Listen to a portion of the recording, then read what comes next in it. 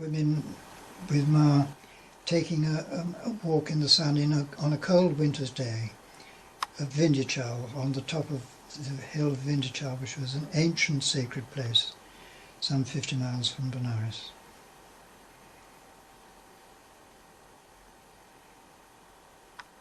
Chinese painting, which seems to me to be such a wonderful comparison of the white robes and the pallor, the absence of colour, which makes it so fascinating. It is so very reminiscent of scenes where Ma and all her close devotees around her are dressed in white.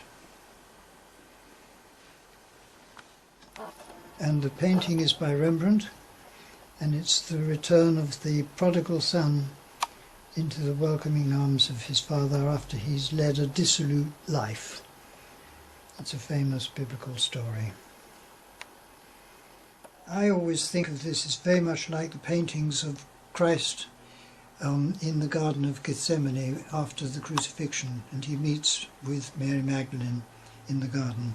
It's something to do with the foliage, and of course Ma is like Christ, and Mary Magdalene is prostrating in grief at his feet after the crucifixion.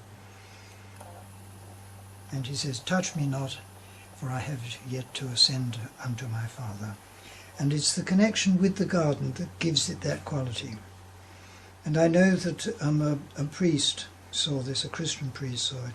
He said, "Anandamayi is the most Christian living being that I have ever seen pictures of." Cathedral of Chartres, somewhere around about 1250, and it's a prophetess, and that is why I'm interested, because it's the idea of a wise woman. This is a wise woman. It's a sculpture of a Christian wise woman, a prophetess. Left is a head from Gandhara, the Buddhist center in Afghanistan, in modern-day Afghanistan, where the descendants of the Greek great Alexander the Great, they developed a school of sculpture in which they used their own Hellenistic Greek art to produce figures of Buddha or Buddhist beings, somewhere around about the 2nd, 3rd centuries AD. And on the right is a sculpture by Rodin, who was a French sculptor of the 19th century, and I think that it has some rather lovely echo. They both make me think, well, particularly the Rodin makes me think of Ma. Meditative expression on her face.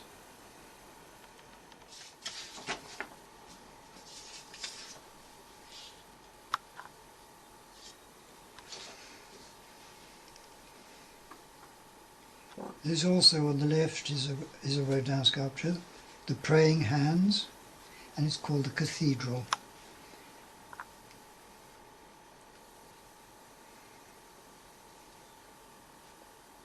And of course this says something. I'm afraid I don't know what it is that it says, but it tells you what you get all the information you need from that script there.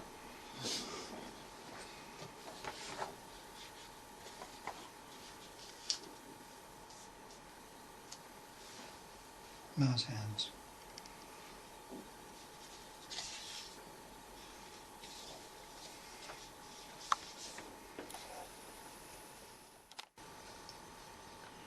At the top is a painting by a very devout Florentine painter called Fra Angelico, and I think it's a very, very beautiful holy scene of people who are paying their respects to a great divine figure.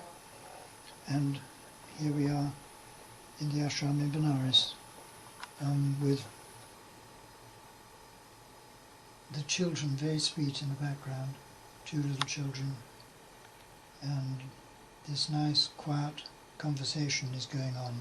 Very relaxed, lovely mood of quiet thoughtfulness in both images, I think. Two prophetic figures, or two, they're like muses. They are inspired by holy feeling, holy mood, holy spirit, holy state. And this one, it says what it's all about. Pax means peace in Latin.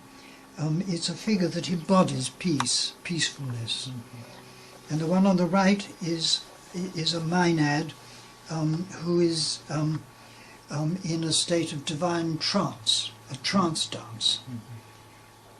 Rather in the way that Ma used to do trance dancing when she was in her 30s. Here are two very, very different ways to look at the feminine divine. The one on the left is Indian, of course, and it's, I think, 5th century AD, and it's very formal, but also very gentle, and there's a wonderful suggestion around the eyes of illumination. And the one on the right is a painting of the Virgin Mary by Leonardo da Vinci. It's a detail. It's a very charming picture of Virgin Mary and a relative called Saint Elizabeth, and John the Baptist and Christ are children, and they're playing at their feet. And in the distance are wonderful mysterious mountains. But it's the tenderness of this Leonardo which I think is so particularly radiant and beautiful. There are very few pictures, in my opinion, there are very few pictures which have the quality which I see in Ma. Very few paintings can get that. It is so alive and so magical. This is one of the very few that has something of that. Very classical, very serene painting of the 15th century by Piero della Francesca. Very, very special painting, and it really does have a serenity, and it connects with the next two pictures.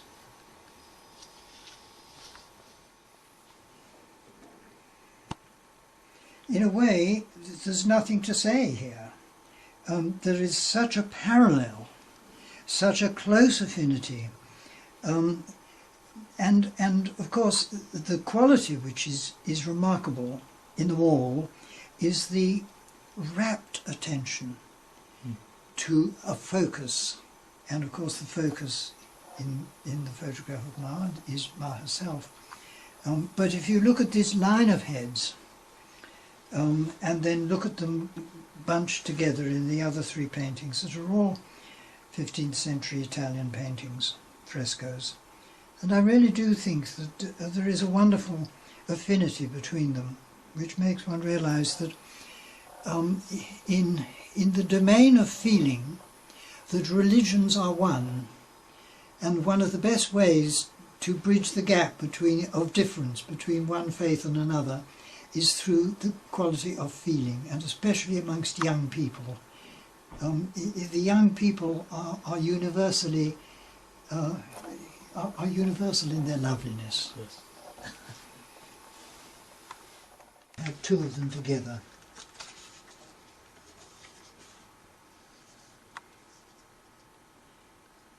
I've always thought that there is an element of the primeval in Ma's, the structure of Ma's head. It's young and beautiful, but it's also very ancient. There's an ancient quality about Ma's head which always struck me as being quite extraordinary. And these seem to me to be part of the same ethos or mood. They are, of course, folk culture. And Ma has a very strong folk cultural element to her, doesn't she? Yes, she comes from a village. And that village equality was always there throughout her life, yes. Although she reaches the heights of true aristocracy.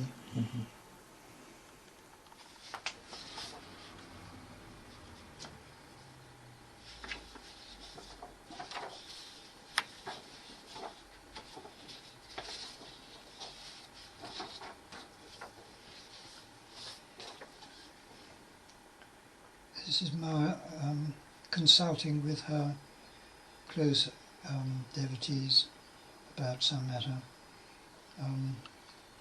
She's in earnest discussion about something serious, and everybody's in a wonderful state of almost a kind of spiritual languor. They're languid in their relaxation.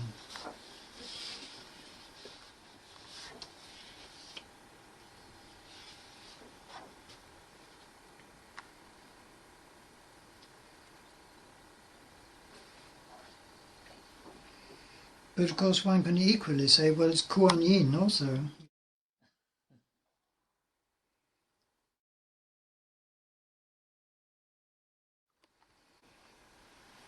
And this is a queen here.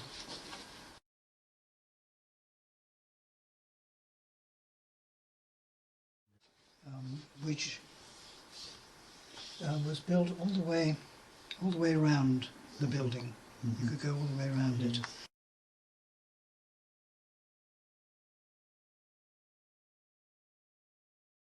When I went to Vindichal and I looked at this building and I thought, oh my goodness, this is Florentine. And it was, but it was rather specially Florentine.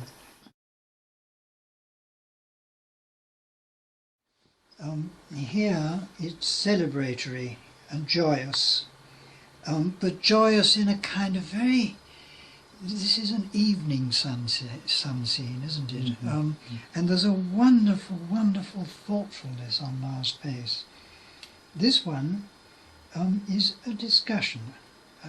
They are all talking.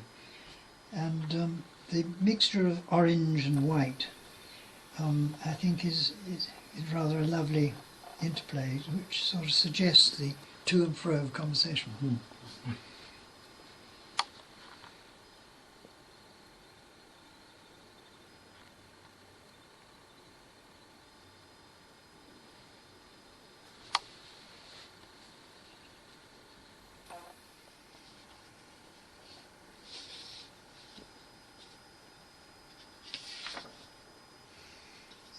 I think this is a most remarkable example of Ma responding to somebody who's prostrating.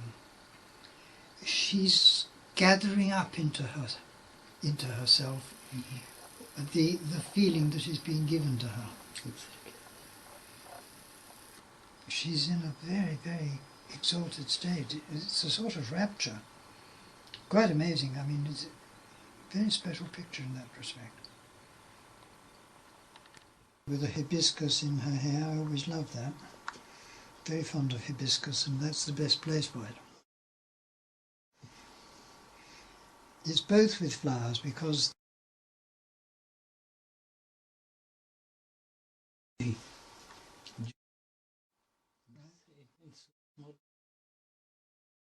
these are those little white flowers. Are they champa?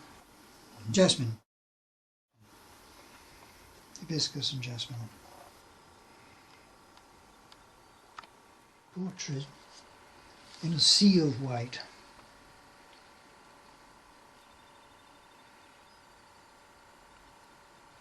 I asked her if I could take her. She was sitting on the veranda of Vindichal, and I passed a message up.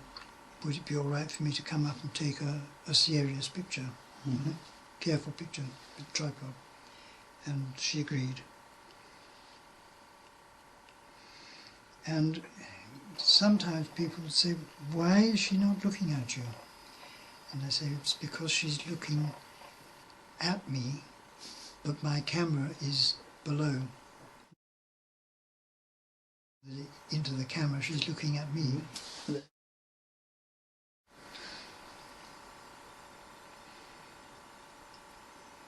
And this one in the garden at the Benares Ashram was one of the very, very, I think it's the first portrait that I took of her. When I had only been there 2-3 days, ever. And I think it's one of the most gentle, tender, sweet mood kind of photographs that I ever took of her. think is of some interest is that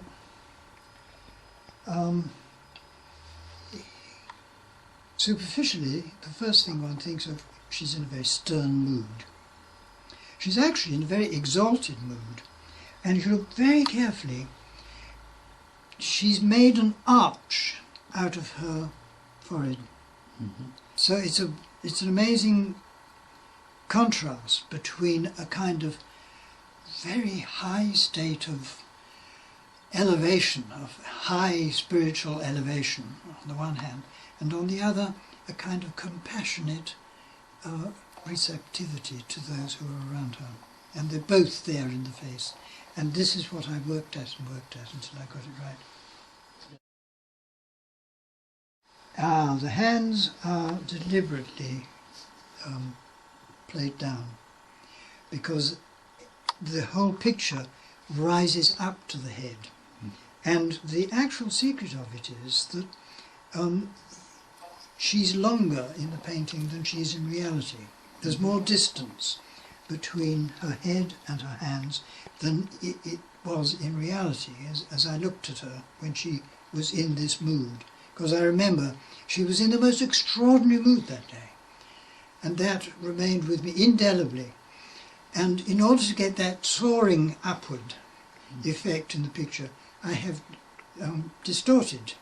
That's what you do in a picture, to accentuate,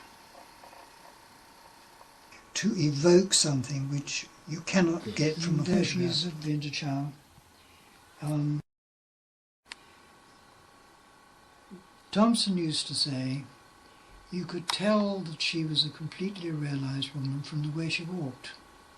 She had no ego, absolutely no ego, and that was visible in her walk. It was a very interesting observation to make. And the portrait of her on the right, I think that one of the things about it is the hands, how she holds her hands. Again, it's receipt, isn't it? She's receiving something, and she's saying, I am receiving what you're giving me. Very alert hands.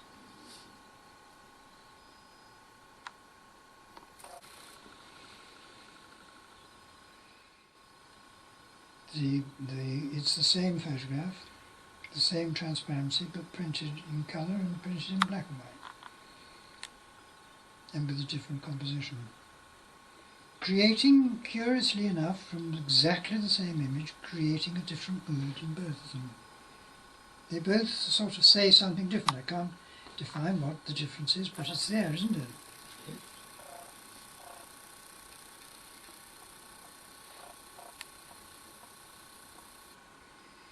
This is the photograph of her where there's no colour at all but white and cream. This is the one that everybody made a mess of. Couldn't print it. Figure of the Virgin Mary at the crucifixion.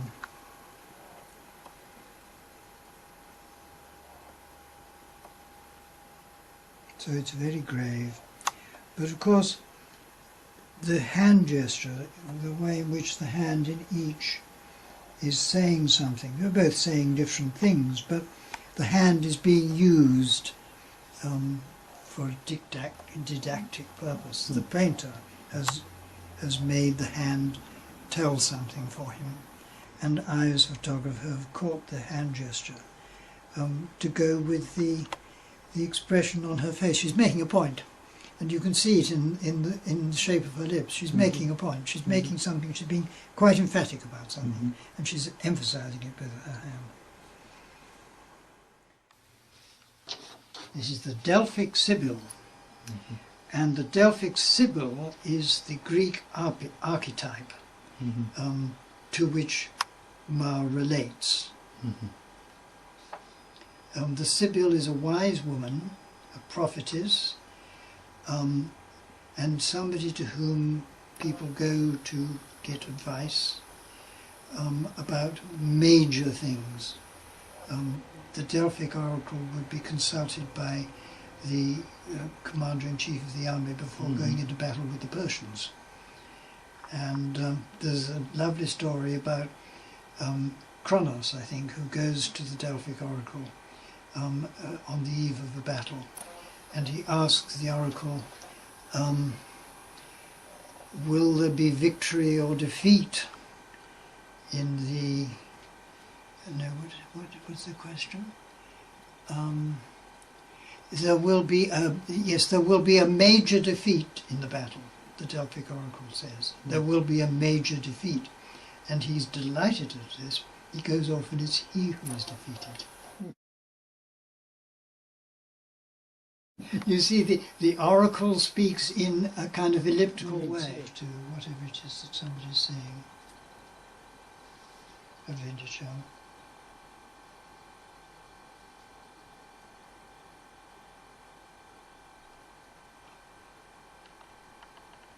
She is pausing. Her body is not doing anything. She's not speaking. She's listening, and it's become very receptive. It's a most extraordinary phenomenon. That very, very few people have that. I mean, people can be intelligent and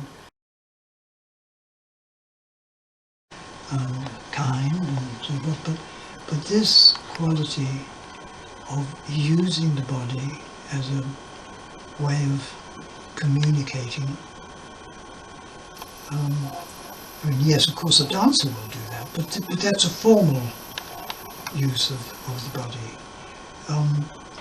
Ma's using it as a means of intimate expression.